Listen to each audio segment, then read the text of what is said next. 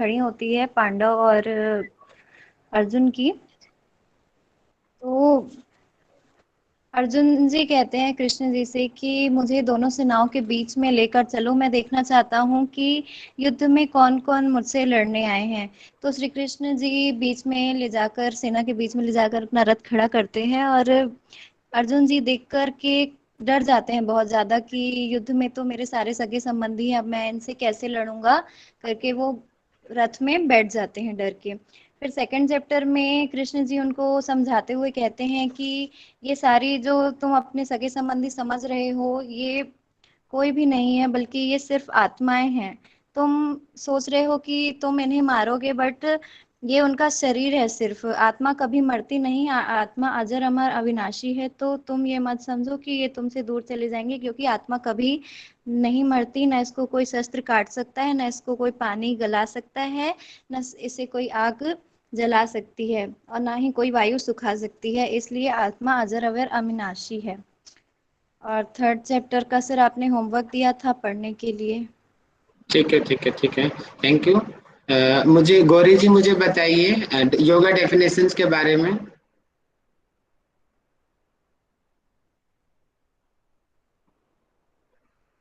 नकुल जी क्या कर रहे हो आप? हैं? क्या चक्कर है ये? आपको टेबल नहीं है क्या बैठने की? आपके पास घूम रहे हो, खाना खा रहे हो, क्या चक्कर? ऐसे क्लास लेते हैं क्या कभी?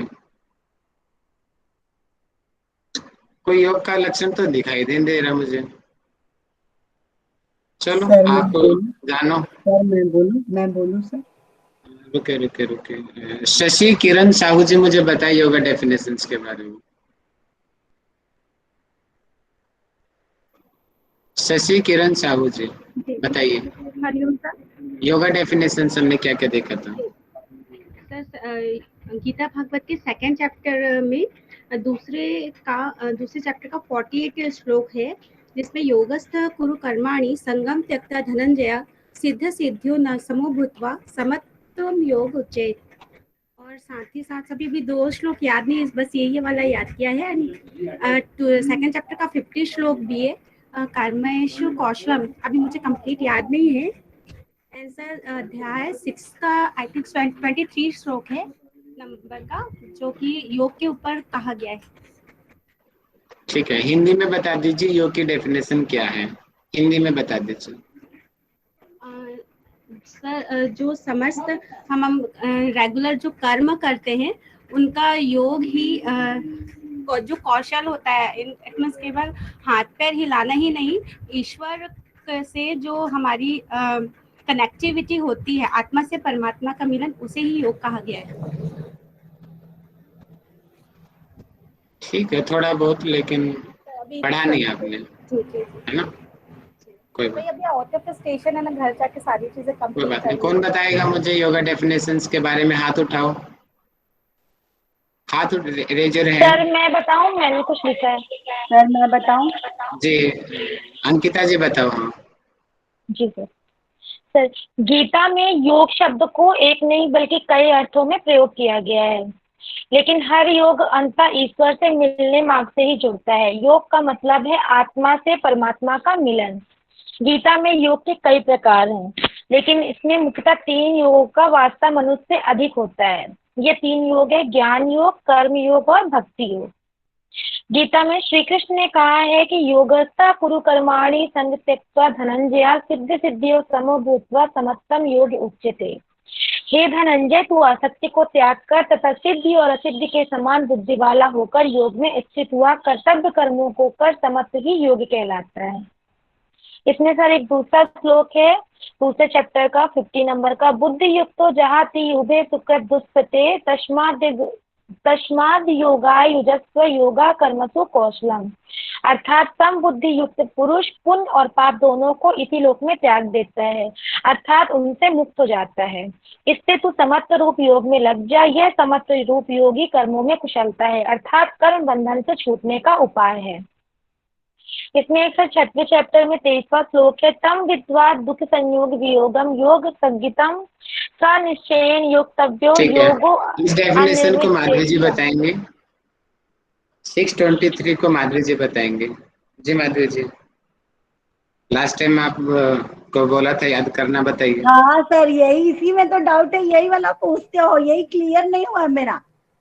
तो पूछना वही चाहिए ना, जो क्लियर ना हो, इसलिए मैंने आपका प्लीज नाम नहीं, लिया। हाँ मेरे को पता है। सर ठीक है, प्लीज अरुणा जी इसको क्लियर। बताएं। 623 को अरुणा जी बताएं मुझे।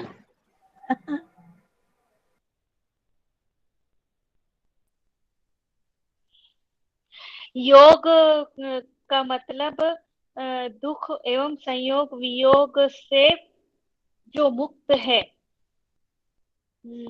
तम विद्वाद दुख संयोगम वियोगम योग सज्जितम स निश्रयेण योक्तव्यो योगेन विष्णु चेतसा। जो सबसे मुक्त है वही योगी कहलाता है शायद। प्रयास अच्छा है आपका। एनीवन, कौन एक्सप्लेन कर सकता है क्लास में इसको?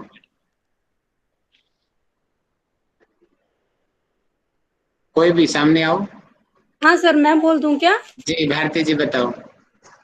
सर इसका मतलब यहाँ पे योग का 23 में ये बताया गया है कि ये जो दुख रूपी संसार है वो सर्वथा वियोग को ही योग कहा गया है। जो संसार का आरंभ और अंत होता है, परंतु स्वरूप जो होता है उसका संयोग तो सत्य नित्य होता है। इसका न कोई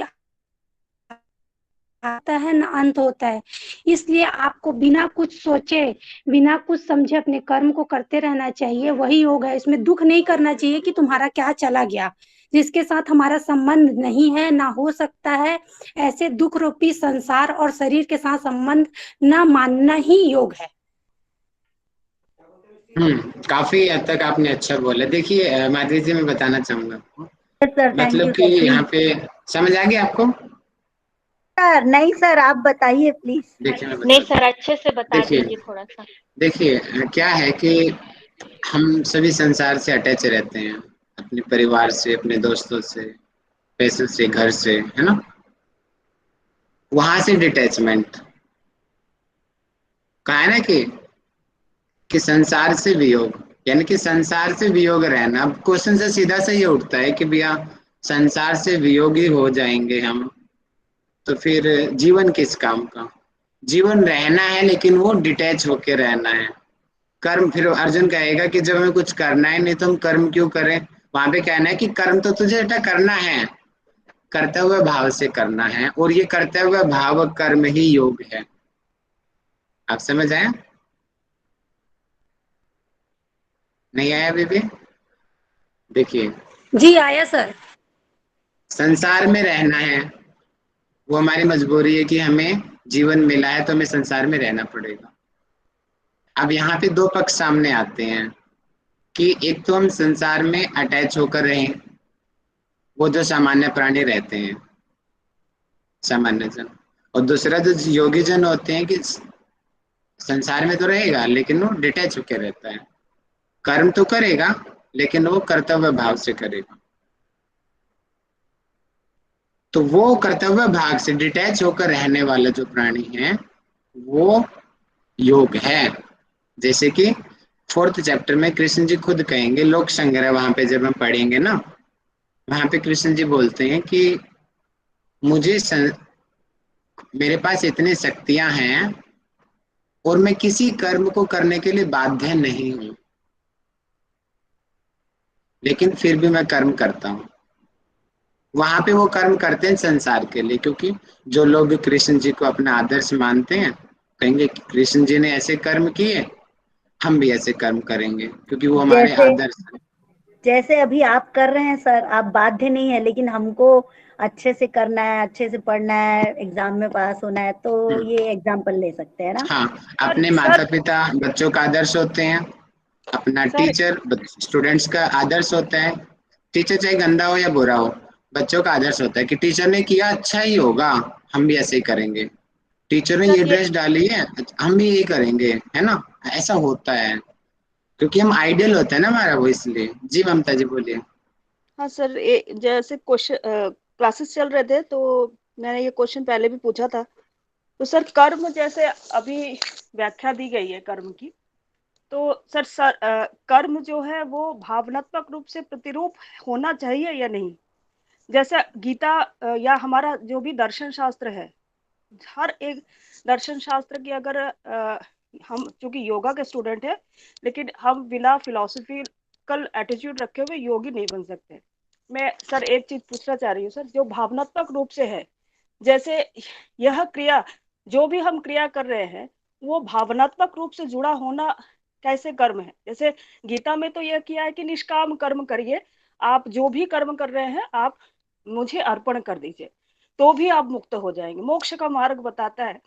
तो सर जैसे हम दैनिक क्रिया करते हैं, उसमें दैनिक क्रिया में हमारा जो स्वतः प्राण वायु लेना, यह भी क्या कर्म के अंतर्गत आता है? या किसी व्यक्ति विशेष को ठेस पहुंचाना या खाना बनाना, जैसे विभिन्न प्रकार के जो भी चीजें हैं वो सभी कर्म में आते हैं, या चेतन अचेतन अवस्था में जो कार्य हम करते हैं वह कर्म में आता है? सर बताता हूँ। कर्म जो है क्रिया धातु से निकल के आया होता है, जिसका अर्थ होता है क्रिया करना। हम सोच रहे हैं, ये भी कर्म है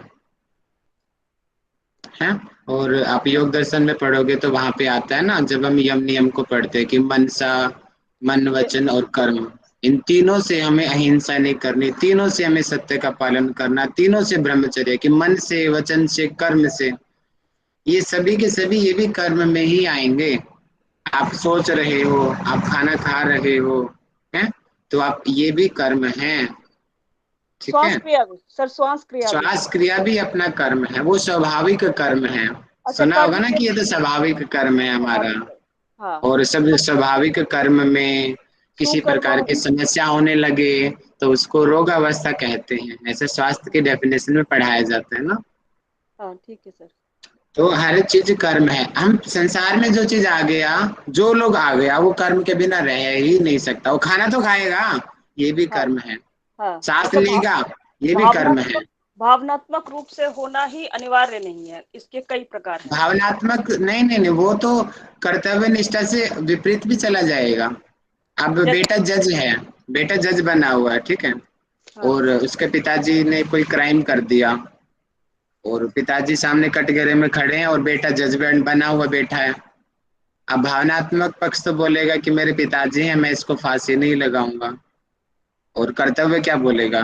ममता जी, कर्तव्य क्या कहेगा उस कर्तव्य यही पोजीशन में? कहेगा कि न्याय उचित जो भी है उसका दंड इसको मिले।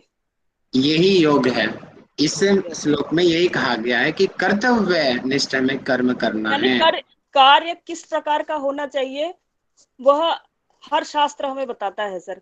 गीता भी एक शास्त्र है, और मतलब कार्य सुकर्म होना चाहिए या सिद्धप्रद होना चाहिए, ऐसा है सर। इसमें बताते हैं कि जो कर्म कैसे करना है हमें, धर्म के अनुकूल, ऐसे शब्द अनुकूल, यूज किए जाते हैं, धर्म के हाँ, अनुकूल हमें कर्म करने हैं। अब क्वेश्चन ये उठता है कि धर्म क्या है? जो आज हम समझते हैं ये धर्म नहीं है, ये संप्रदाय हैं, धर्म नहीं है। संप्रदाय, हाँ धर्म प्रत्येक मनुष्य का अलग होता है। जैसे उस दिन मैंने समझाने का प्रयास किया था कि मैं अभी शिक्षक हूँ, मेरा धर्म है कि मैं अच्छे से अच्छे आपको पढ़ाऊं, ताकि अच्छे से अच्छे उदाहरण मैं आपको दूं। आपका विद्यार्थी धर्म है, आपका है कि अपने टीचर का सम्मान रखते हुए अपने ज्ञान को लो और अपने जिज्ञासाओं को मेरे सामने रखो। और दूसरा आपका धर्म, अपने बच्चों के लिए आपका अलग धर्म है कि बच्चों का पालन पोषण करो, बच्चों का ध्यान रखो, और आवश्यकता पड़ने पर बच्चों को डांटो भी, है, ये भी आपका धर्म है। पति देव के प्रति आपका अपना धर्म है, अपने माता पिता के प्रति आपका अलग धर्म है। इसीलिए धर्म प्रत्येक मनुष्य का अलग होता है। समय लेकिन परिस्थिति के अनुसार धर्म बदलता रहता है, और धर्म संकट भी उत्पन्न होता है कई बार। धर्म अच्छा, संकट, जैसे अभी जो बेटा जज बना हुआ था, उसके सामने धर्म संकट उत्पन्न हो गया। एक धर्म तो उस बेटे को, नुकुल जी आप मुझे डिस्टर्ब कर रहे हो, अपना कैमरा बंद कर लो, क्लास नहीं लेने ना, आप क्लास से एग्जिट कर दो, मैं खुद आपको रिमूव कर दूंगा। नहीं तो ऐसे कोई क्लास नहीं ली जाती, मुझे सब लोग आपको दिख रहे हैं, कैसे ले रहे हो आप क्लास? मैं ही आपको ग्रुप से बाहर कर दूंगा, देख लीजिए। कैमरा बंद रखो अपना, नहीं लेनी तो औरों को मत डिस्टर्ब करो।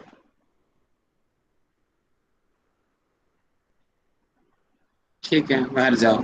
बाकी लोग भी जिनको क्लास नहीं लेनी बाहर जाओ, मैं अटेंडेंस नहीं ले रहा किसी की, मुझे कोई मतलब नहीं है कोई आओ या ना हो, लेकिन जो लोग आओ पढ़ने वाले ही हो यहाँ पे सिर्फ। टाइम पास वाले बिल्कुल ना हो। एकदम से मेरा भी रिदम बिगाड़ दिया आप लोगों ने, बताओ। हाँ सर। हम यहाँ पर थे अभी, हम धर्म संकट की बात कह रहे थे कि कई बार धर्म संकट हमारे सामने आ जाता है कि वहां पे बेटे का धर्म होता है कि पिता की सम्मान रखना, पिता की इज्जत करना, उनकी रक्षा करना, ये भी तो एक धर्म है ना बेटे का। लेकिन बेटा तो अभी जज बना हुआ है। अब बेटे के प्रति धर्म संकट उत्पन्न हो गया कि वो अपने बेटे का धर्म निभाए या वो अपने न्यायाधीश का धर्म अपनाए। अब धर्म संकट, अब देखेगा कि बेटे का धर्म बड़ा है या जज का धर्म बड़ा है। अब देखेगा कि अगर मैं बेटे का धर्म करूंगा तो संसार में क्या होगा, अगर मैं जज का धर्म करूंगा तो संसार पे क्या प्रभाव पड़ेगा। तो वहां पे हम देखेंगे कि जो जज वाला जो धर्म है वो बेटे के धर्म से बड़ा है। तो उस समय हमें ये जब धर्म संकट उत्पन्न होता है तब हमें देखना है कि वास्तविक धर्म हमारा क्या है। धर्म तो वहां पे बेटे बाप को बचाना भी था उसका धर्म, लेकिन वास्तविक धर्म जिससे संसार को लाभ मिले वो धर्म क्या है। एक और मैं एग्जांपल समझाता हूँ आपको, पितामह भीष्म का उदाहरण समझाता हूँ, ठीक है। अब सामने युद्ध सभा रची गई, द्रौपदी को बुलाया गया, वस्त्र हरण उसका चल रहा था और पितामह भीष्म गुरु द्रोणाचार्य जी ऐसी सभा में बैठे हुए, ठीक है। आप कल्पना करो जो मैं बोल रहा हूँ। तो अब आप लोग, मुझे कौन बताएगा, मुझे माधवी जी बताएंगी पितामह भीष्म के धर्म क्या क्या थे, वो किस धर्म संकट में उलझे हुए थे। उसके बाद मैं फिर आपको समझाऊंगा। बताओ माधवी जी, क्या उनका बोले धर्म सर? संकट क्या था, पितामह भीष्म का क्या धर्म संकट था। वो लोग वहां पे राज्यसभा में बैठे हुए थे। राज्यसभा में बैठे हुए थे तो एक तो द्रौपदी जो है वो कौरव जो है ना उनको जीत लिए थे, पासे में जो खेल रहे थे। अब वो संकट ये था कि अब वो जीत चुके हैं तो उनके साथ वो कुछ भी कर सकते थे और ये उनका हक था। मतलब अकॉर्डिंग टू धर्मराज, मतलब जो जो जीतता है तो वो उसका पूरा आधिपत्य स्वामित्व पा जाते हैं ना, तो स्वामित्व में वो कुछ भी कर सकते हैं। तो ये था। अब वो घर की बहू है, अब ये जो चाह रहे हैं चीर हरण करना चाह रहे हैं, तो ये घर की बहू को कैसे बचाए, और इधर वो उन्होंने जीता तो उनको कैसे मतलब ये मना किया जाए, मेरे ख्याल से ना ऐसे मुझे लग रहा है। कुछ कुछ आपने सही बताया, गौरी जी ने बहुत अच्छा बताया मैसेज में। गौरी जी माइक खोलिए, आप बहुत अच्छा बता रहे हो आप। सर मैं जी थोड़ा सर, ये जैसे भीष्म जी का जो है राजधर्म था, ये सभी को पता है, और उनके नारी का सम्मान करना भी धर्म है। यानी कि जैसे आपने सर अभी व्याख्या बहुत अच्छी करी कि धर्म जो है हमें संकट में भी डालता है, धर्म के प्रकार भी होते हैं। इसका मतलब है कि जो उस स्थिति विशेष में जो धर्म सबसे श्रेयकर है उसे ही अपनाना चाहिए। और अगर यह ज्ञान हमें कोई शास्त्र ही देगा कि कौन सा उस स्थिति विशेष में, जैसे उनका धर्म ये था कि राजा के खिलाफ नहीं जाना, यह एक धर्म था उनका। और नारी का सम्मान, चाहे वो कोई भी नारी हो, वो अपनी अपनी पुत्रवधू हो या जो भी हो, उसका सम्मान, ये दो धर्म उनके धर्म संकट है जो आप अभी बता रहे हैं सर। तो इसका मतलब है कि हमें इन दो धर्मों से किस धर्म को हमें चुनना है, यह हमें शास्त्र बताएगा। इसलिए शास्त्र का अध्ययन, धर्म को उचित परिप्रेक्ष्य में रखने के लिए धर्म का पालन करना हमें शास्त्र सिखाता है मेरे हिसाब से। वेरी गुड, बहुत बढ़िया बताया। देखिए अब पितामह भीष्म से यही गलती हुई, वो अपने वचन को ही धर्म समझने लग गए। हाँ, कि मैंने वचन दे रखा है कि जो सिंहासन पे बैठेगा मैं उसको पिता मानूंगा और उसके खिलाफ मैं कुछ नहीं बोलूंगा। ये उसका वचन था कि जो उसका आदेश होगा मैं उसका ही पालन करूंगा। लेकिन वो अपने इस धर्म के चक्कर, मानते कि उनका धर्म था, वास्तव में था वो धर्म, अपने अपने नजरिए से उनका धर्म सही था, लेकिन दूसरे दृष्टिकोण से हम इंसान है, एक इंसान का एक धर्म ये भी होता है कि सामने अगर कुछ गलत हो रहा है तो उसकी भी रक्षा करनी। तो ये धर्म संकट उत्पन्न हो गया कि जो हमारा इंसान का जो धर्म होता है उसका पालन किया जाए, या जो वहां पे जो सेनापति थे वो सेनापति का धर्म पूरा किया जाए। उन्होंने सेनापति के धर्म का चुनाव किया, गलत चुनाव किया, धर्म संकट तो हुआ उनको, और उनको पता भी था कि गलत हो रहा है, लेकिन फिर भी उन्होंने अपने राज्य धर्म को ही प्रेफरेंस दी। अपने जो वास्तविक जो ह्यूमन का जो धर्म होता है उसको वो भूल गए, और वहां पे अगर वो ह्यूमन के धर्म को प्रेफरेंस देते तो शायद महाभारत की कहानी कुछ और होती। तो इसलिए हमें जो धर्म संकट के समय हमें देखना है कि वास्तविक धर्म क्या है और उसका संसार पर क्या प्रभाव पड़ेगा। हाँ सर, थैंक यू सर। उन्होंने अपने व्यक्तिगत प्रभाव देखा कि मेरा वचन टूट जाएगा, व्यक्तिगत लाभ देखा उन्होंने, सिर्फ मेरी प्रतिज्ञा टूट जाएगी, व्यक्तिगत था, और जो सामाजिक था उसको भूल गए, और बाद में फल क्या हुआ आप सबको पता है, उनको खुद ही फिर बाद में सैया मिले हैं। अब दूसरा एग्जाम्पल, वचन तो कृष्ण जी ने भी दिया था महाभारत में कि वो शस्त्र नहीं उठाएंगे, लेकिन वचन को तोड़ा ना उन्होंने। तो समय परिस्थिति के अनुसार हमें देखना पड़ता है। वहां पे कृष्ण जी बोलते हैं ना अर्जुन को कि हे पार्थ, हे केशव, आपने तो वचन दिया था, आप तो शस्त्र को नहीं उठाएंगे।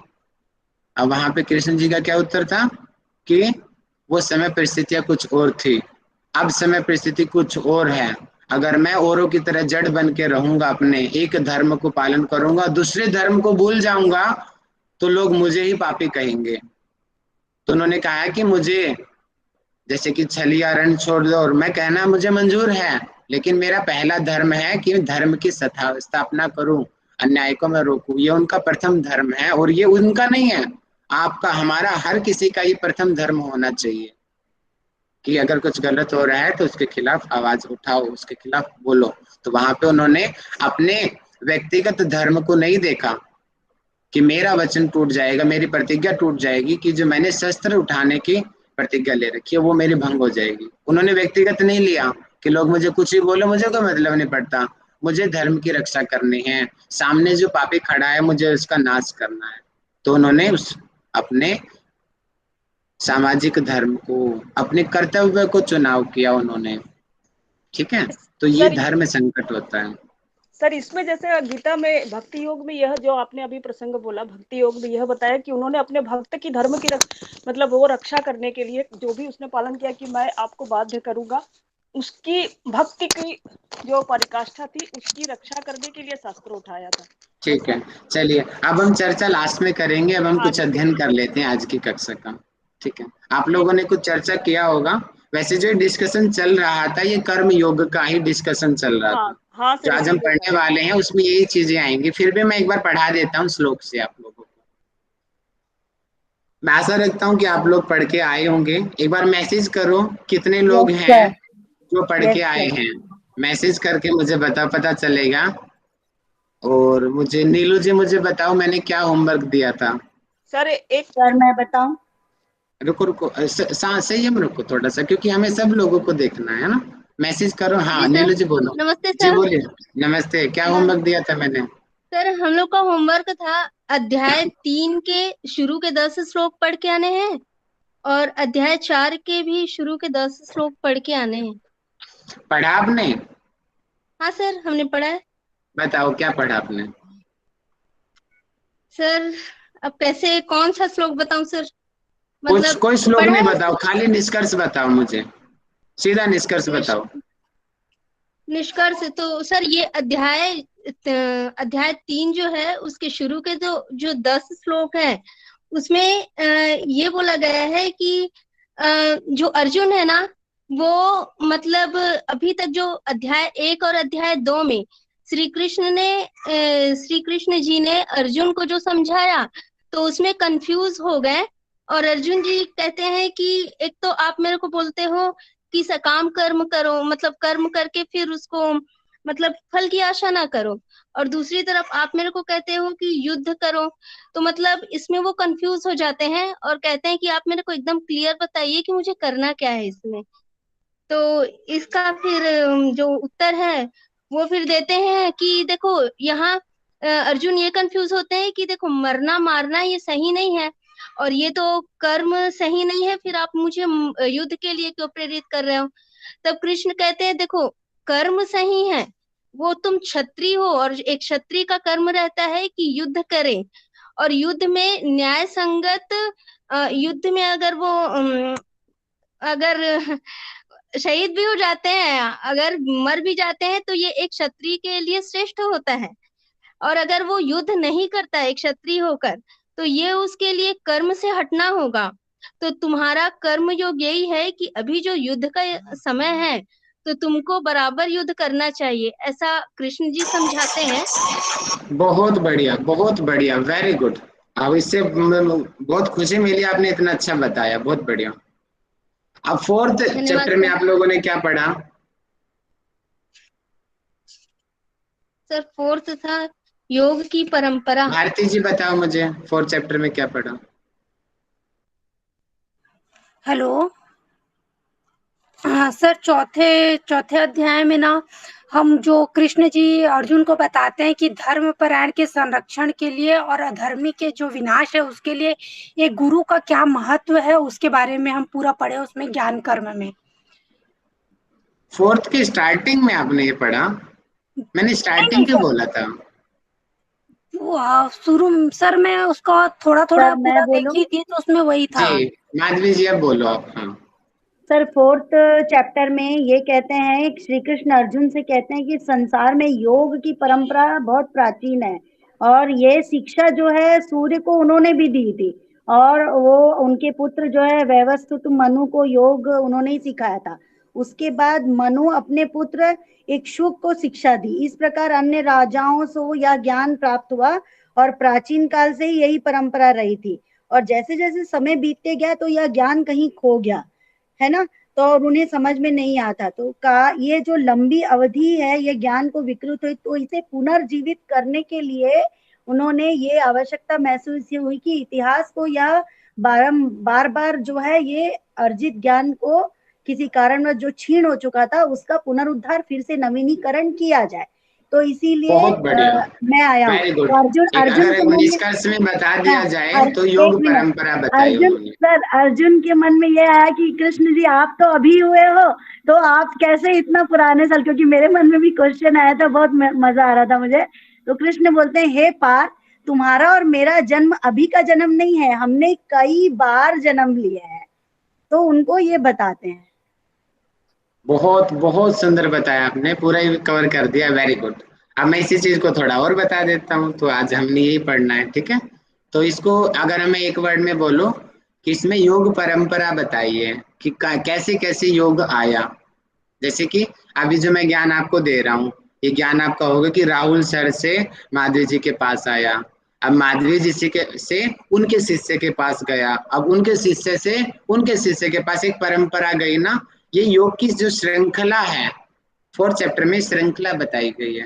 वो पेपर में क्वेश्चन आएगा आपको कि भागवत गीता के अनुसार योग की परंपरा बताइए, ऐसे क्वेश्चन आएगा 5 नंबर में। तो आपको ये परंपरा बतानी हम पढ़ेंगे, ठीक है। तो उससे पहले एक बार हम थर्ड चैप्टर का कर्मयोग पढ़ लेते हैं, फिर फोर्थ चैप्टर की हम ये अपना जो है योग परंपरा आज हम पढ़ेंगे, ठीक है। मेरी स्क्रीन सभी को विजिबल होगी, बता दीजिए एक बार। हाँ सर। सर यदि ये क्वेश्चन आया तो हमें फोर्थ चैप्टर का ही ये पूरा डिस्क्राइब करना है ना? Very good, very good. हाँ हाँ, थर्ड चैप्टर जो है ये आपके स्क्रीन के सामने मैंने खोल दिया है। मैं देखो खाली मैं आपको इंट्रो दूंगा, पढ़ना आपको खुद है, क्योंकि टीचर का काम होता है कि बच्चों के अंदर क्यूरियोसिटी को जगाना। आपकी क्यूरियोसिटी को मैं जगाऊंगा, आपके डाउट्स को मैं लूंगा, ठीक है। हर चीज नहीं पढ़ाई जाती, ठीक है। तो मैं आपको, लेकिन आपका कंसेप्ट इतना क्लियर कर दूंगा, आपने पीछे से थोड़ा सा भी अध्ययन कर लिया, आपको सारी चीज अपने आप क्लियर हो जाएंगी। देखिए यहाँ पे सामान्य रूप से क्या हुआ, अब क्वेश्चन ये उठ रहा है क्योंकि पीछे क्या बातें चल रही थी। एक तो पीछे बातें चल रही थी कि कुशलता पूर्वक कर्म करने की, और दूसरी तरफ बात चल रही थी कि बुद्धि युक्त अर्थात ज्ञानी कर्म करने की। अब यहाँ पे क्वेश्चन सामान्य से ये उठा। एक मिनट सर, सर मोनिका दीदी फोन करिए, मैं उठा लूं सर, एक्चुअली 2 बच्चों का एडमिशन हुआ था, तो फिर आप मेरे को कोई एंट्री बात दे नहीं, देंगे उठा ना? लीजिए उठा लीजिए उठा एंट्री लीजिए। दे देंगे ना आप मुझे? अरे एक बार एंट्री लेने के बाद में अपने आप एंट्री हो जाएगी, उसकी चिंता मत करो, ठीक है। ओके, देखिए कर्म की यानी कि अब क्वेश्चन ये उठा कि भैया कर्म ज्यादा श्रेष्ठ है या ज्ञान ज्यादा श्रेष्ठ है। अब दोनों अपनी अपनी जगह पर है कि कर्म भी जरूरी और ज्ञान भी जरूरी। अब बिना कर्म के, बिना ज्ञान के कर्म पॉसिबल नहीं है, और खाली ज्ञान ज्ञान लिया और कर्म कुछ किया नहीं तो वो भी व्यर्थ है। जैसे कि बहुत बड़े बड़े विद्वान संत महात्मा आज भी हैं। आप उदाहरण ले लीजिए राम रहीम का, रामपाल का, इतने बड़े बड़े संत रहे हैं ये, इनके पास ज्ञान का भंडार है वास्तव में। राम रहीम जी के मैंने भी लेक्चर सुने हैं। आसाराम जी जो आज जेल में पड़े हुए हैं, ज्ञान का भंडार है ये, सच्ची में बहुत। क्या इनकी वाणी में क्या मिठास है और कितना अच्छा ज्ञान देते हैं ये। ज्ञान है लेकिन उस ज्ञान को ये अपने जीवन में नहीं ढाल पाए। मतलब कि ज्ञान का तो पालन किया, विद्वान बन गए, लेकिन उस ज्ञान को जीवन में अप्लाई नहीं किया, तो मतलब कि कर्म नहीं कर पाए। करने के बाद ठीक है। अब दूसरा, हम एक मजदूर है, कोई व्यक्ति, कोई सामान्य सा जन है, अनपढ़ है वो, यानी कि सामान्य कैटेगरी से आप समझिए, ठीक है। वो कर्म कर रहा है लेकिन उसको ज्ञान नहीं है, खूब पसीना बहा रहा है, उसको पता ही नहीं कि जाना किस दिशा में। जैसे कि मान लो कि हमें एक सड़क को फोड़ना है, ठीक है, एक रोड है उसको फोड़ना है। अब उसको कितना फोड़ना है, कहाँ तक फोड़ना है, ज्ञान नहीं है उसको, बस लगा हुआ है गधे की तरह।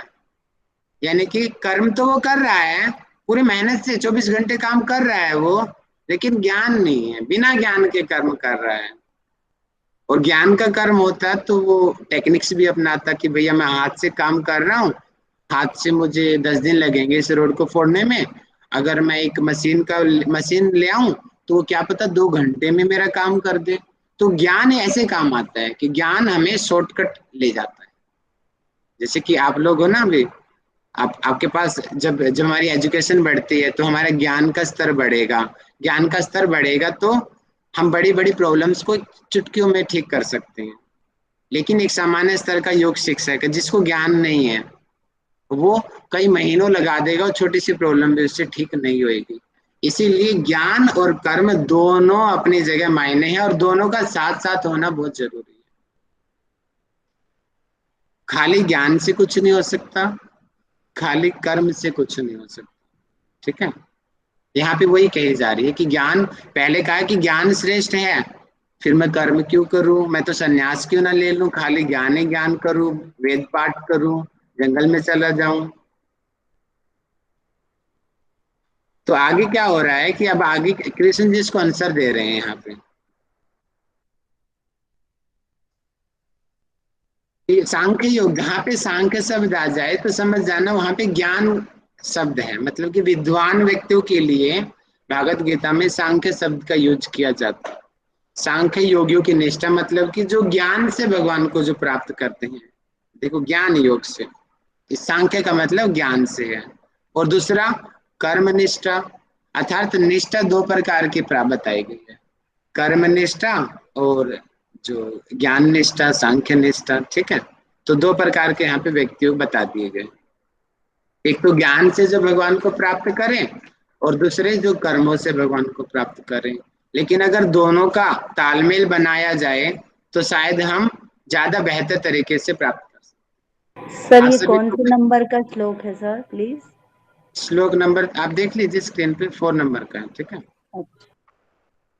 देखिए आप अभी लोग, सभी लोग योग साधक है यहाँ पे, तो आप सब लोगों को पता है कि हम लोग ध्यान का अभ्यास करेंगे। देखिए एक सामान्य कर्म करने वाला व्यक्ति, यानी कि जो सामान्य अभ्यासी है, वो सामान्य, उसको आप कर्म योगी समझिए। और एक ज्ञान योगी, ज्ञान योगी को पता है कि उस कुंडलिनी को कैसे जागृत किया जाए, कैसे चक्रों का भेदन किया जाए, उस समय क्या क्या अनुभूति होगी, कौन कौन सा नाद अनुसंधान हमें सुनेगा, किस स्तर पे हमें ढोल सुनेगा, किस स्तर पे हमें बांसुरी की ध्वनि सुनेगी। यानी कि हम, एक व्यक्ति को ज्ञान है, एक व्यक्ति अभ्यासी है। खाली अभ्यास भी व्यर्थ है, खाली ज्ञान भी व्यर्थ है। लेकिन जब हम दोनों को मिला दें तो हमारा वो रास्ता बहुत सरल हो जाएगा। क्यों? क्योंकि जब जब हम हमें ज्ञान रास्ता दिखाएगा हमें जाना कहाँ पर है। जैसे नादानुसंधान जब हम हठयोग प्रदीपिका में पढ़ेंगे कि अभी हमें जो है आरंभावस्था में ऐसी ऐसी ध्वनि सुनाई दे रही है, तो हमें पता लगने लगेगा हाँ हम सही जा रहे हैं। ऐसा नहीं है तो मतलब कि कुछ ना कुछ गड़बड़ हो रही है।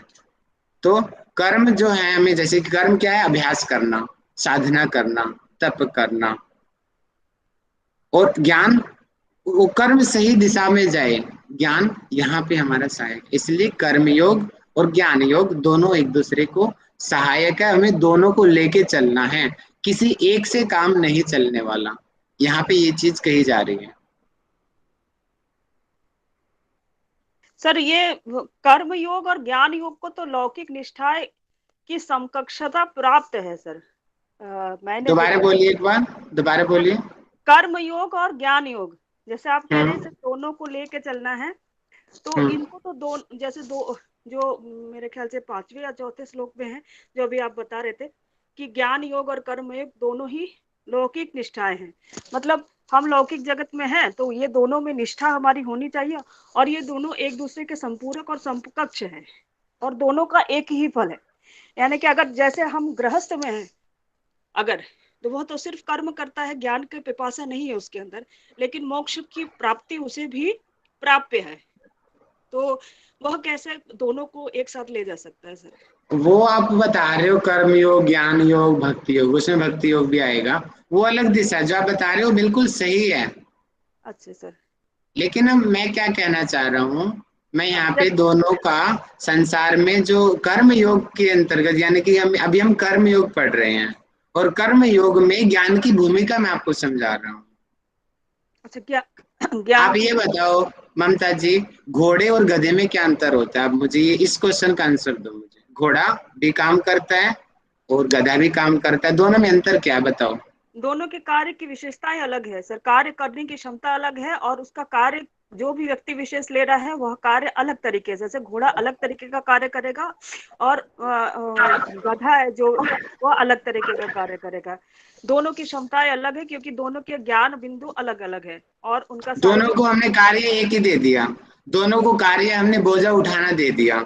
गधा भी बोझा उठा रहा है और घोड़ा भी बोझा उठा रहा है। आप बताओ क्या अंतर हुआ दोनों में? दोनों की क्षमताएं सर एक नहीं है, तो हो सकता है दोनों एक जैसा काम न कर सके, क्योंकि ज्ञान भी एक जैसा नहीं है। क्षमता मतलब अगर आप शारीरिक नहीं ले रहे हैं तो मानसिक रूप से अगर ले तो क्षमताएं अलग होंगी। तो और हम इस क्षमता को एक जैसा कर सकते हैं, लेकिन उस स्थिति को प्राप्त करना पड़ेगा गधे को घोड़ा ठीक है, अब ध्यान से सुनिए मैं क्या समझाना चाह रहा हूँ।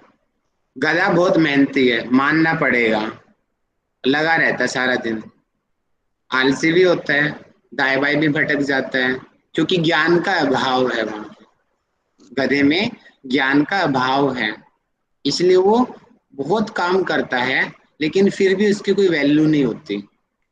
हाँ। घोड़ा जो है कर्म के साथ में ज्ञान भी है, उसको थोड़ी देर काम करता है लेकिन उसकी वाहवा ज्यादा होती है। क्यों? क्योंकि कर्म के साथ में वो ज्ञान भी है, उसके ज्ञान को साथ में काम करता है। और वो ऐसी बात नहीं है, काम को वो जल्दी भी निपटा देता है, मतलब कि उसकी एफिशिएंसी ज्यादा होती है। गधा 10 घंटे काम किया, 10 किलो बोझा उठाना था, 10 घंटे में उसने काम किया, और घोड़े ने उसी काम को 2 घंटे में कर दिया। अब 8 घंटे वो जो घोड़ा है मजे कर रहा है, तो काम भी जल्दी हुआ, वाह भी घोड़े की हुई। क्यों हुई? क्योंकि उसने अपनी बुद्धि का प्रयोग किया। तो मैं यही समझाना चाह रहा हूँ कि खाली कर्म से काम नहीं चलेगा। गधा भी कर्म तो कर रहा है ना वो, लेकिन उसकी कोई वैल्यू नहीं है। घोड़ा कर्म किया क्योंकि उसने अपनी बुद्धि से काम किया, समझ गए? तो इसलिए हमें कर्म के साथ में ज्ञान को लेके चलना है, ठीक है? अब यहाँ पे क्वेश्चन, क्योंकि अर्जुन की जिज्ञासा बढ़ती जा रही थी, अर्जुन तो कह रहा है कि भैया मैं तो काम को ही त्याग दूं, मैं तो खाली जंगल में चला जाऊं, मैं तो ज्ञान बांटने लग जाऊं, है संन्यास ले लूं। यहाँ पे फिर कृष्ण जी का आंसर आता है, जैसे आप कह रहे थे ना, भी आपने उदाहरण खुद ही बोला था कि सांस लेना, हाँ ये भी कर्म है। यहाँ पे कृष्ण जी बोलते हैं अर्जुन को कि अब अर्जुन तो क्या सोचता है कि तू जंगल में चला जाएगा, क्या तू वहां पे जाके कर्म करने से बच जाएगा? क्योंकि अर्जुन के मन में ये धारणा थी कि मैं संन्यास ले लूंगा तो मैं कर्म नहीं करूंगा, और क्योंकि अगर मैं यहाँ पे राजकुमार बन के रहा तो मुझे लोगों को मारना पड़ेगा और ये तो पाप है। वो इस तरीके से बातें कर रहा था कि मैं तो संन्यास ले लूंगा तो मुझे किसी को मारना भी नहीं पड़ेगा, तो मुझे कोई पाप भी नहीं लगेगा। तो कृष्ण जी ने बोला कि तू जंगल चला जा, कर्म तो तुझे वहां भी करना पड़ेगा। अब तू कर्म वहां भी करना है और यहाँ भी करना है, तो क्यों भैया संन्यास लेना? इससे अच्छा कि भैया तू राजमहल में रह के ही कर्म कर ले, अपनी गृहस्थी में रह के ही कर्म कर ले, है? तो अब कह रहे कि अच्छा मैं जंगल चला जाऊंगा तो वहां मुझे कर्म क्या करना पड़ेगा? तो वहां पे कृष्ण जी कहते हैं कि खाना तो खाएगा, खाना खाना भी कर्म है, सांस तो लेगा, ये भी तेरा कर्म है। अगर कोई जंगली जानवर तुझे मारने आएगा, तू अपने आप को बचाएगा, तो ये बचाना भी तो कर्म है। इसका मतलब क्या है? कृष्ण जी कहते हैं जो संसार में आ गया, जिसने शरीर को धारण कर लिया, वो कर्म करने के लिए बाध्य है। अगर मैं सांख्य की दृष्टि से बताऊं तो जो प्रकृति के जो तीनों गुणों के अंदर अगर परिवर्तन हुआ तो पुरुष का जो इसमें शरीर के अंदर आया, ममता जी माइक बंद कर लीजिए अपना, तो वो कर्म करेगा ही करेगा जब तक उस आत्मा या आत्मा रूपी जो पुरुष है उसकी मुक्ति ना हो जाए। मतलब कि संसार में है तो कर्म करना ही पड़ेगा, बिना कर्म के कोई नहीं रह सकता। यहाँ पे वो चीज कही जा रही है कि बाध्य है, बिना कर्म के कुछ भी संभव नहीं है। अब ये क्वेश्चन एक बार पेपर में आया था, यूजीसी नेट जेआरएफ में आया था ये क्वेश्चन, मिथ्याचार्य। क्वेश्चन पूछा गया इस तरीके से कि जो अपने इंद्रियों को हठ पूर्वक रोक लेता है और मन उन इंद्रियों के विषयों का चिंतन करता रहता है, इसका मतलब क्या है? देखो, इसका मतलब यहाँ पे दोबारा से पढ़िए आप लोग, जैसे कंसेप्ट कर लियो। इंद्रियों को, इंद्रिय आपको पता है 11 इंद्रियां होती हैं, 5 सेंसेस मैंने बताया था। बताओ कौन बता सकता है 11 इंद्रियों के नाम? सर 11 मैं इंद्रियों बताऊं? के नाम बताओ जी, बताओ। सर 5 कर्मेंद्रिय, 5 ज्ञानेंद्रिय, 5 5 10 हो गया, और एक बुद्धि। ना ना ना सर ना, बताऊं मैं? बताओ जी, प्रकृति। सर हम बताएं? बताओ बताओ बताओ सर बता। हाँ बताए ना? बताओ सर नीलू जी, एक, बताओ। हाँ सर, एक होगा मन। हम्म, हाँ। मन, मन को हम बोलते हैं उभय इंद्रिय, सभी लोग लिख लीजिए। 11 इंद्रियां होती हैं, 5 बोलते हैं ज्ञान इंद्रिय। ज्ञान इंद्रिय जैसे कि जिससे में ज्ञान होता है, जिसको सेंसेस बोलते हैं, आंख, नाक, कान, है, जीवा, हमारी स्किन, ठीक है, ये होगी हमारी सेंसेस। अब एक जिस, अब वो जिनसे हम कर्म करते हैं, यहाँ पे अब ये देखना कि जिह्वा दोनों में आएंगे, लेकिन यहाँ पे जो कर्म में जो जिह्वा ली है वो वहां पे उसके कार्य की दृष्टि से लिया गया है। अब जैसे कि हाथ, हाथ से हम काम करते हैं, हमारी जीभ, ठीक है, हमारे पैर, हैं, उपस्थ और गुदा, गुदा के द्वारा मल का त्याग किया जाता है और उपस्थ के द्वारा जो फिजिकल कांटेक्ट बनाए जाते हैं, रिप्रोडक्टिव सिस्टम में हम पढ़ते हैं, ठीक है। यानी कि उपस्थ यानी कि जिससे आप यूरिन पास करते हो, आप इस तरीके से आप उसको समझ लीजिए, जिस मार्ग से यूरिन का निष्कासन होता है, वहां से भी तो कर्म करते हो ना, तभी तो बेबी की उत्पत्ति होती है, नहीं तो बच्चा कैसे पैदा होगा, है। और मल का निष्कासन एनएस के रास्ते से होता है, तो उसको गुदा बोलते हैं। तो 5 ही होगी कर्म इंद्रिया, और आयु। 10 इंद्रियां होंगी, 5 ज्ञान इंद्रिया, 5 कर्म इंद्रिया। अब इन 10 इंद्रियों का एक स्वामी होता है जिसको हम उभय इंद्रिय बोलते हैं। जैसे कि सामान्य स्तर पे होता है ना कि 10 लेबर के ऊपर बोलते हैं कि एक सुपरवाइजर रखते हैं, वो सुपरवाइजर क्या करता है ना, उनको कंट्रोल करता है, उनसे काम करवाता है ना। सुपरवाइजर का जो काम है वो मन का काम, सांख्य में बहुत गहराई से इसके बारे में बताया गया है कि मन उभय इंद्रिय है, और जब देखते हैं कि मन चंचल हो जाएगा ना, तो ये कर्मेंद्रिय और ज्ञानेंद्रिय भी चंचल हो जाएंगी। मन अगर शांत रहेगा तो ये भी अपने आप ही शांत हो जाएंगी। क्यों? क्योंकि वो उनका सुपरवाइजर है, उभय इंद्रिय है, वो उनका स्वामी है 10 इंद्रियों का। मन का स्वामी बुद्धि है। तो ये स्टेप है ना सभी से। जैसे कि गांव का सरपंच है, उसका स्वामी एमएलए हो गया। एमएलए का स्वामी कौन है? Chief minister. चीफ मिनिस्टर का स्वामी कौन है? प्राइम मिनिस्टर है। स्टेप होता है ना। ऐसे ही इन 10 इंद्रियों का स्वामी मन है। मन का स्वामी बुद्धि है, बुद्धि का स्वामी आत्मा है। ठीक है, सभी लेवल्स हैं ये। इसलिए जब मन हमारा चंचल हो जाएगा तो हमारी बाकी इंद्रियां भी चंचल हो जाएंगी। मन चंचल है तो आँख का काम है, भैया मैं तो अच्छी अच्छी चीज देखूंगा, जहाँ पे मेरा मन करेगा मैं तो वो देखूंगा, वो मूवी देखूंगा। कान में तो उसी चीज को सुनूंगा, है। यानी कि फिर ये इंद्रियां भटक जाती हैं उस मन के ढीले हो जाने से। मन को कैसे कंट्रोल करेंगे? मन के स्वामी से। मन का स्वामी कौन है? जल्दी मुझे अभी बता, माइक खोल के। मन का स्वामी कौन है? स्वामी बुद्धि है। बुद्धि से। मन का स्वामी बुद्धि है। बुद्धि से मन को कंट्रोल करेंगे। बुद्धि का स्वामी कौन है? आत्मा। आत्मा। आगे जाकर के जब हम पढ़ेंगे ना तो वहां पे इस तरीके से बताया जाएगा। मैं अभी बता देता हूँ, आप अभी लिख लो इस चीज को। इस चीज को समझाने के लिए रथ का उदाहरण दिया है, एक रथ का एग्जाम्पल दिया है। आप कल्पना करते जाओ, रथ है, रथ में घोड़े होते हैं, रथ का एक ढांचा होता है, स्ट्रक्चर होता है। रथ को चलाने के लिए एक सारथी की आवश्यकता होती है, और सारथी के हाथ में लगाम होती है रबड़ की। आपने देखा होगा ना, काली काली से लगाम होती है। और जो इस रथ के ऊपर बैठता है वो इस रथ का मालिक, यानी कि आज की भाषा में मालिक बोलते हैं, यानी कि इसका स्वामी होता है।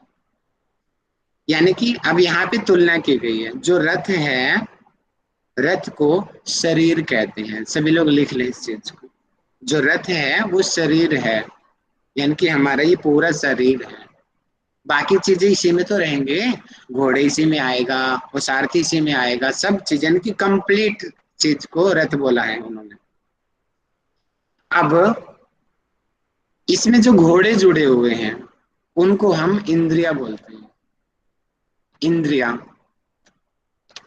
ठीक है, जो घोड़े हैं, क्योंकि घोड़े का काम है चलना, चलते हैं ना, भागते हैं। और इंद्रिया जो होती हैं अपने अपने विषयों की तरफ भागती हैं। जैसे आँख कहाँ भागेगी? मुझे कुछ देखना है, मुझे कुछ दिख जाए, आँख का काम है ना भागना। फिर हमें देखना है ना कि किस दिशा में हमें उसको भगाना है।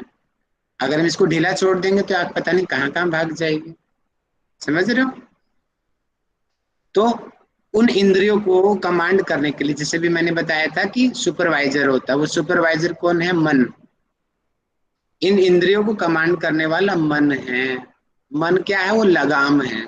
यानी कि लगाम क्या? वो घोड़े की, जो हम रबड़ की पकड़ता है ना, वो जिससे वो खींच दे तो घोड़े रुक जाएंगे, और ऐसे से मारेंगे तो घोड़े भागते भी हैं जोर जोर से, और ऐसे घुमा देंगे तो घोड़े मुड़ जाएंगे।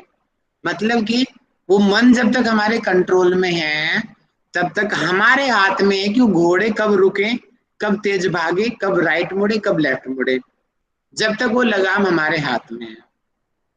अगर हम उस लगाम को ढीली छोड़ देंगे तो क्या होगा? जल्दी बताओ मुझे माइक खोल के। अगर उस लगाम को ढीली छोड़ देंगे तो क्या होगा? मन विचलित हो जाएगा, इधर उधर भागने लगेगा। मन कैसे भागेगा? मन तो खुद ही लगाम है, कौन भागेगा? हाँ, इंद्रियां भागेंगी। समझिए समझिए, कान दिमाग खोल के बैठिए, बड़े बड़े हाथी जैसे हाथ कर लो, बड़े बड़े कान कर लो, ध्यान से सुनो, समझ समझ के। जो है लगाम है वो मन है। अब वो लगाम को, जो रबड़ की पाइप है वो रस्सा है, उसको ढीला छोड़ दिया। अब वो घोड़े हैं, अब वो भागेंगे अपनी मर्जी से, जहां रुकना होगा वहां रुकेगा, जहां मोड़ना होगा वहां मोड़ेगा।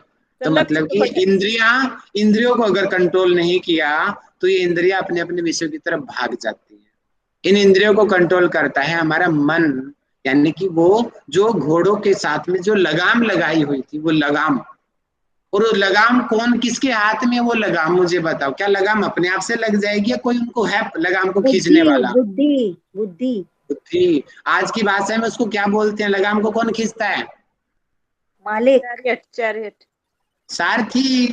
सारथी। ड्राइवर, ड्राइवर समझ जाओ, है ड्राइवर। जी उसी के हाथ में है ना कहाँ घुमाना है उसको, हैंडल को। नहीं तो हैंडल तो कहीं भी घूम जाएगा, समझ रहे हो? यानी कि जो उसका मालिक है, उसका उन घोड़ों को चलाने वाला मालिक की बात कह रहा हूं मैं। जो उस रबड़ को खींचने वाला, उस रस्सी को खींचने वाला, उसको सारथी बोलते हैं। तो वो बुद्धि है। तो बुद्धि, अगर वो सारथी एक्टिव होगा तो वो अपने आप ही समय पड़ने पे रस्सी को खींच देगा। रस्सी खींच जाएगी तो रस्सी क्या है? मन है। तो बाकी इंद्रियां अपने आप ही कंट्रोल में आ जाएंगी, घोड़े यानी कि वहीं रुक जाएंगे। अब वो आलसी सारथी, वो ड्राइवर ही सुस्त है, यानी कि बुद्धि से काम ही नहीं लिया जा रहा है, इसका मतलब। तो बुद्धि ढीली होगी तो मतलब कि उसके हाथ से वो लगाम भी ढीली हो जाएगी, और लगाम ढीली होगी तो मतलब घोड़े भी ढीले हो जाएंगे। अब वो फिर अपने अपने विषय की तरफ भागेंगे। अब बुद्धि का स्वामी बताओ कौन है? आत्मा। आत्मा। आत्मा। इसको कुछ लोग आत्मा बोलते हैं, कुछ लोग इसको पुरुष भी बोलते हैं। पुरुष से आप ये जातिवाद मत समझिए, पुरुष महिला, यहाँ पे पुरुष महिला वो नहीं है। आत्मा का ही एक पर्यायवाची शब्द है जिसको पुरुष कहते हैं, ठीक है? इसी से आप समझिए, आत्मा को ही पुरुष कहते हैं। वो आत्मा चाहे मेल में हो या फीमेल में हो, दोनों की आत्मा को पुरुष कहा जाता है। और जो प्रकृति है उसको फीमेल यानी कि मादा कहा जाता है एक तरीके से, दूसरे वर्डों में उसको परसव धर्मी बोलते हैं सांख्य में, कि वो परसव का धारण करने वाली है। परसव को कौन धारण करती है? परसव यानी कि जो गर्भ को कौन धारण करती है? स्त्री करती है, फीमेल करती है। तो जो सांख्य में इस तरीके से शब्दों का वहां पे यूज किया गया है। आत्मा को पुरुष कहा है, पुरुष को आत्मा कहा है, दोनों एक दूसरे के पर्यायवाची। और प्रकृति को परसव धर्मी यानी कि स्त्री कहा है एक तरीके से, ठीक है? इस दृष्टिकोण से आप इन चीजों को समझिए। ओके, तो अब हम थे, अब वो क्या था? बुद्धि का स्वामी है हमारी आत्मा। आत्मा कौन है? स्वामी यानी कि जो रथ में बैठा हुआ है। और वो बोलेगा, ओ मैं तेरे को पैसे नहीं दूंगा, क्योंकि वो तो उसका नौकर है। सारथी तो मालिक का मालिक है वो आत्मा। अब वो तो उसके अनुसार काम करेगा भैया, वो तनख्वाह नहीं देगा उसको, क्योंकि वो मालिक की बात माननी पड़ेगी उसको। अब मालिक जो बोलेगा वो करेगा। तो अगर आत्मा की कमांड आ गई तो बुद्धि अपने आप ही एक्टिव हो जाएगा।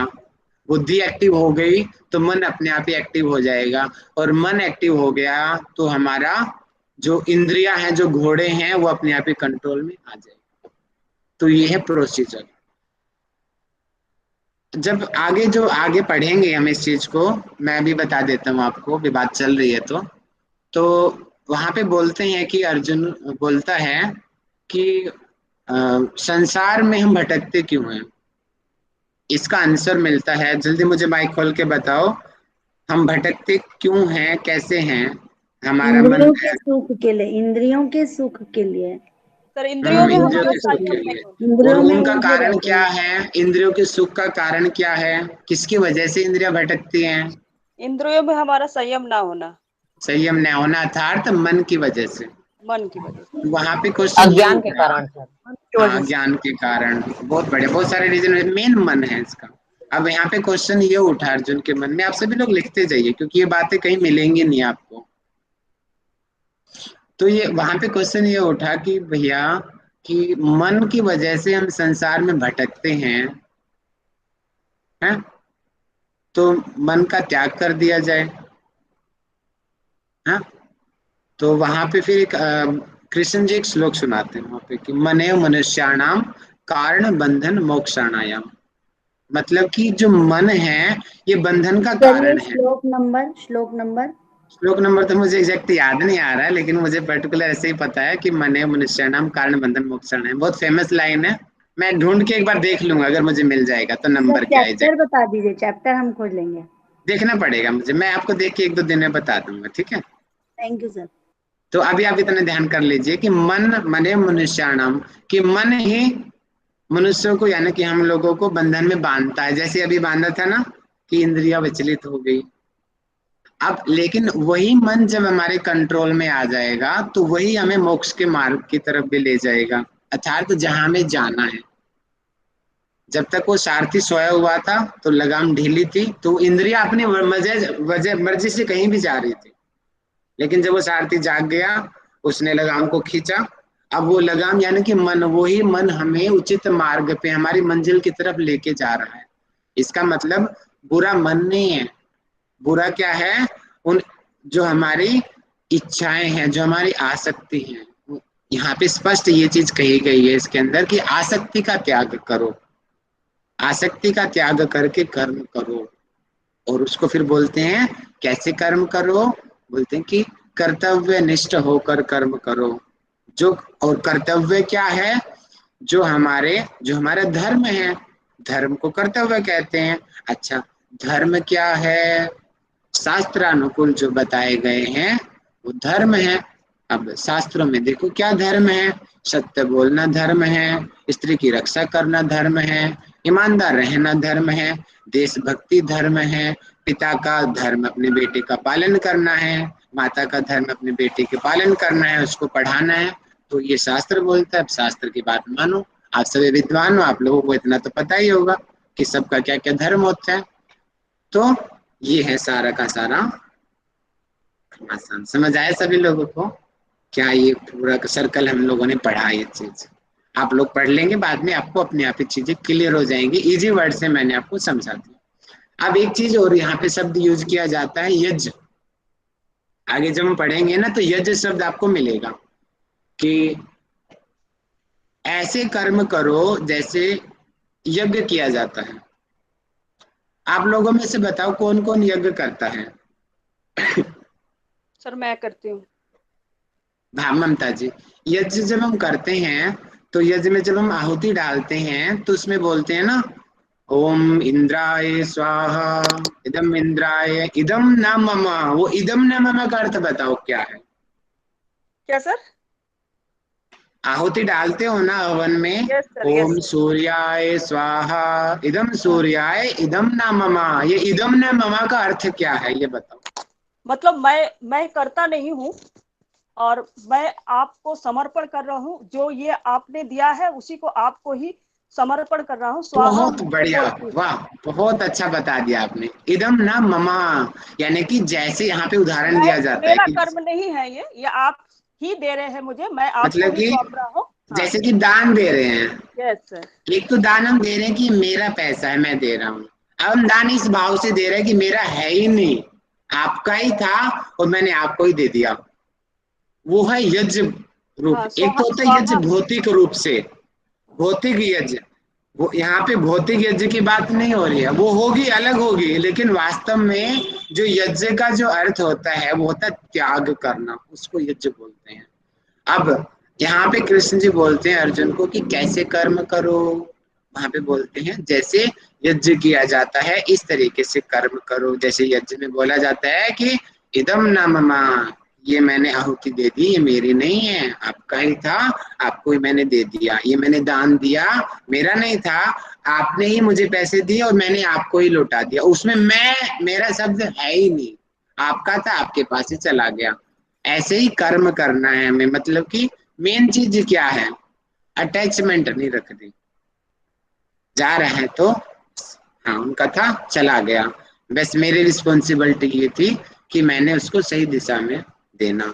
कि दान भी देना तो किसको देना, गलत पर्सन को दान दे दिया तो वो भी पाप होता है। तो दान भी चुनाव होके करके दिया जाता है। वो 17वें चैप्टर में पढ़ेंगे हम कि दान 3 प्रकार का होता है, सात्विक, राजसिक, तामसिक। आगे हम पढ़ लेंगे उस चीज को।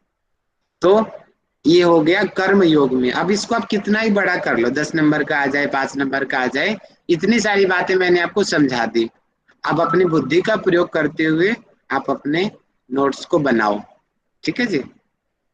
और एक जैसे कि उसमें 47 श्लोक में आता है 2nd चैप्टर के, कर्मणे वाधिकारस्ते माँ फलेषु कदाचना माँ कर्म फल हेतुर्भूर्मा ते संगोस्ति कर्मणि। ये भी कर्म योग में आप इंक्लूड कर देना, जो 2nd चैप्टर में आया था। वहां पे कृष्ण जी कहते हैं कि हे अर्जुन, तेरा कर्म करने पे अधिकार है, फल के ऊपर अधिकार नहीं है। जैसे आप लोगों का भी क्या है, पढ़ने के ऊपर आपका अधिकार है, रिजल्ट पे आपका अधिकार नहीं है। रिजल्ट किस पे बेस है? आप पढ़ोगे, पढ़ के आप कर्म करोगे, अगर आपने वो अच्छा कर्म किया तो ऑटोमेटिक आपका रिजल्ट अच्छा आ जाएगा। लेकिन पहले ही आप ये मान के चलोगे कि मुझे तो मेरिट चाहिए, वो ऐसा नहीं हो सकता। फल आपके हाथ में नहीं है, आपके हाथ में कर्म है, अर्थात आप क्वेश्चन पेपर लिखना आपके हाथ में है। जिस क्वालिटी का आप आंसर लिखोगे उस क्वालिटी के आपको नंबर मिल जाएंगे। मतलब कि फल आपके हाथ में नहीं है, फल तो टीचर देगा आपको, समझ गए? तो फल हाथ में नहीं है, कर्म हमारे हाथ में है, और जो इस शरीर को धारण करेगा वो कर्म करने के लिए बाध्य है, कर्म करना ही पड़ेगा उसको। तो समय काफी ज्यादा हो गया, तो मैं लास्ट में अब मैं 4 चैप्टर की परंपरा और बता देता हूँ, और उसके बाद में हम एंड कर देते हैं आज के सेशन का। सर क्वेश्चन नोट करवाएंगे? हाँ, लास्ट में करवाऊंगा क्वेश्चन, ठीक है सर याद एक है। चैप्टर 3 का श्लोक बताइए ना, कौन कौन सा करना है, इम्पोर्टेंट पहले आप ना 15-20 श्लोक पढ़ लीजिए, जहां तक आपको स्टार्टिंग। समझ आता। मैंने सारे 3rd चैप्टर का निचोड़ बता दिया आपको, आप चाहो तो कंप्लीट 3rd चैप्टर पढ़ लो, जी ठीक है। मैंने निष्कर्ष आपको अपने शॉर्ट में बता दिया। अब समय हो गया, लेकिन फिर भी मैं पढ़ा रहा हूँ आपको, थोड़ा संयम बना के रखिए, ठीक है। ये योग परंपरा बताई गई है 4th अध्याय में, जैसे अभी माधवी जी ने बहुत अच्छे से एक्सप्लेन किया था कि इमं विवस्वते योगम प्रोक्तवान हम वयम विवस्वान मनवे प्राह मनोरिक्ष्वाक बेब्रीत। इसका मतलब क्या है कि कृष्ण जी कहते हैं कि जो मैंने ज्ञान दे रहा हूं ना, ये ज्ञान मैं पहले भी दे चुका हूं, कि मैंने सबसे पहले ये ज्ञान सूर्य को दिया। ये क्वेश्चन 4-5 बार यूजीसी नेट में पूछा जा चुका है, ये क्वेश्चन हर जगह पूछा जाता है, चाहे वो वाईसीबी हो या फिर नेट का एग्जाम हो या आप कहीं इंटरव्यू देने जा रहे हो, ये क्वेश्चन हर जगह पूछा जाएगा कि योग की परंपरा बताओ भागवत गीता के अनुसार। तो आप बताएंगे कि योग जो है सबसे पहले जो भगवान कृष्ण ने सूर्य को दिया। अब सूर्य का उसका पुत्र था जिसका नाम था, इसको वैवस्वत मनु कहते हैं, उसने अपने अपने पुत्र मनु को दिया। अब मनु का पुत्र था इक्ष्वाकु, मनु ने अपने पुत्र इक्ष्वाकु को दिया। देखिए, पहले कृष्ण जी ने सूर्य को दिया, सूर्य ने अपने पुत्र मनु को दिया, मनु ने अपने पुत्र इक्ष्वाकु को दिया। सीक्वेंस याद रखिए, जैसे कि ज्ञान मैं आपको दे रहा हूं, अब वो आप कल को टीचर बन जाओगे, आप ये ज्ञान किसी और को दोगे, तो ये परंपरा बन गई ना कि राहुल से ज्ञान माधवी जी के पास गया, माधवी जी के से वो ज्ञान प्रिया के पास गया, प्रिया से वो ज्ञान मोना के पास गया, एक परंपरा बन गई ना ज्ञान की।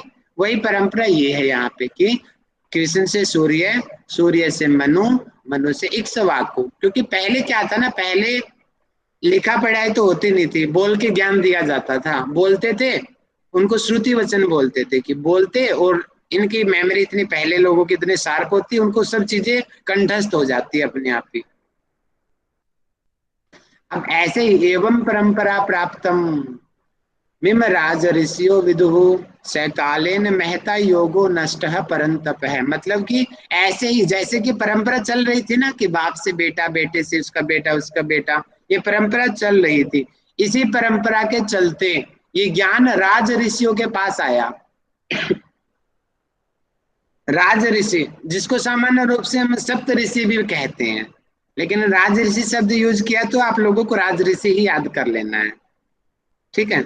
और ऋषियों में सर्वश्रेष्ठ बृहस्पति को सर्वश्रेष्ठ बोला जाता है।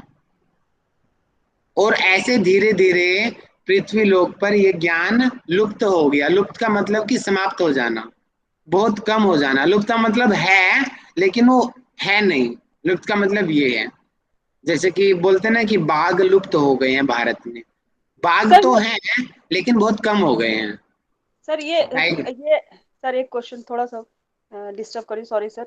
ये जैसे सर ये बोलते हैं लुप्त हो जाना, तो इसका लुप्त होने का कारण भी कहीं व्याख्या है क्या, व्याख्या इसका लुप्त होने का कारण। आप ये बताओ मुझे, बाघ टाइगर कैसे लुप्त हुए बताओ। नहीं सर, वो तो ठीक है, जैसे मैं भी जानती कि लोग अनुपालन नहीं किए, लोग अपनी परंपरा से भटक गए, लेकिन जैसे लिखित रूप से किसी जगह पर वर्णन है क्या, ये पूछ रही हूँ बस। नहीं, लिखित कहीं वर्णन नहीं है। हम अनुमानित आधार पे बता सकते हैं कि हाँ पाप बढ़ता गया, पापी लोगों ने हाँ हाँ, जो वो ऋषि परंपरा महात्माओं के। का वध हाँ कर दिया, जैसे- उनकी ग्रंथों को जला दिया, जैसे अंग्रेजों ने अपनी हमारी संस्कृति को समाप्त किया, उन्होंने हमारी पुस्तकें हमारे ग्रंथों को समाप्त कर दिया, या अपने साथ इंग्लैंड ले गए, इस प्रकार से वो लुप्त हुआ ना ज्ञान। इनकी लुप्त का मतलब वो है, लेकिन वो ना के बराबर है। ना के बराबर। हाँ, मैं लिखित पूछ रही थी सर, वो लिखित कहीं नहीं है, ठीक है। तो थोड़ा सा संयम बना के रखिए। अब आगे क्या कहा जा रहा है कि स एवायम मया तेज्य योग है प्रोक्त है पुरातन है भक्तोसी में सखा चेती रहस्यम हेतु दुत्तमम। मतलब कि अब अर्जुन को देखो, क्योंकि अर्जुन कृष्ण का भक्त भी है, देखिए इसलिए कह रहा है कि भक्तोसी, कि तू मेरा भक्त भी है, और सखा चेती, तू मेरा दोस्त भी है, सखा भी है, बार बार इसलिए इस रहस्य को मैं सर तुम्हें बता रहा हूँ। सर बार बार कृष्ण अर्जुन को कितना लेप लगाते हुए बात कर देना, तो ऐसे ही भग जाएगा। हर बार तुम बताओ, तुम निष्काम निष्कर्मी हो, मतलब पाप से मुक्त हो, तुम पाप ही नहीं कर सकते ऐसे करके। ठीक है। तो देखिए, तो यहाँ पे भक्त भी है अर्जुन, और सखा भी है, और मैंने आपको बताया था रिश्तेदार भी है। वो इन्होंने शब्द यूज नहीं किया, क्योंकि जो अर्जुन है कृष्ण का जीजा है, क्योंकि कृष्ण की बहन थी सुभद्रा, और अर्जुन का विवाह उनकी कृष्ण की बहन सुभद्रा के साथ हुआ था। तो इस नाते कृष्ण जो है वो अर्जुन कृष्ण का जीजा भी है, और अगर वो अपनी कुंती की दृष्टि से देखता है तो अर्जुन कृष्ण का भाई भी है। तो बहुत गम चक्कर है ये। तो आप लोग अभी इतना ही ध्यान रखिए, भक्त भी है, दोस्त भी है, रिश्तेदार भी है। अब कृष्ण जी कह रहे हैं इसीलिए मैं तुम्हें ये ज्ञान रहस्य दे रहा हूं। कौन सा रहस्य? योग का रहस्य। जो योग का रहस्य उन्होंने आदि काल में सूर्य को दिया, सूर्य ने मनु को दिया, मनु ने अपने पुत्र इक्ष्वाकु को दिया, इक्ष्वाकु से परंपरा के रूप में राज ऋषियों के पास आया, उसके बाद में ये ज्ञान लुप्त हो गया। आज उसी ज्ञान को दोबारा से मैं जागृत कर रहा हूँ, क्योंकि तू मेरा भक्त है, तू मेरा सखा है, इसलिए मैं तेरे को ये रहस्य रूपी ज्ञान बता रहा हूँ। ठीक है, इतना आप लोगों के लिए काफी है। इसके बाद मैं आपको कल पढ़ाऊंगा। टाइम काफी ज्यादा हो गया, 2:30 बज चुके हैं, 2:20 हो गए हैं, कल हम पढ़ेंगे। सर एक रिक्वेस्ट है, आप एनाटॉमी भी ले लीजिए ना सर प्लीज। किससे बात करना है बोलिए, हम बात कर लेंगे आपको अपॉइंट करने के लिए। अब देखिए मेरे को 40 मिनट है आप लोगों के पढ़ाने के लिए। सर वही मैं बोल रही हूँ, किससे रिक्वेस्ट कर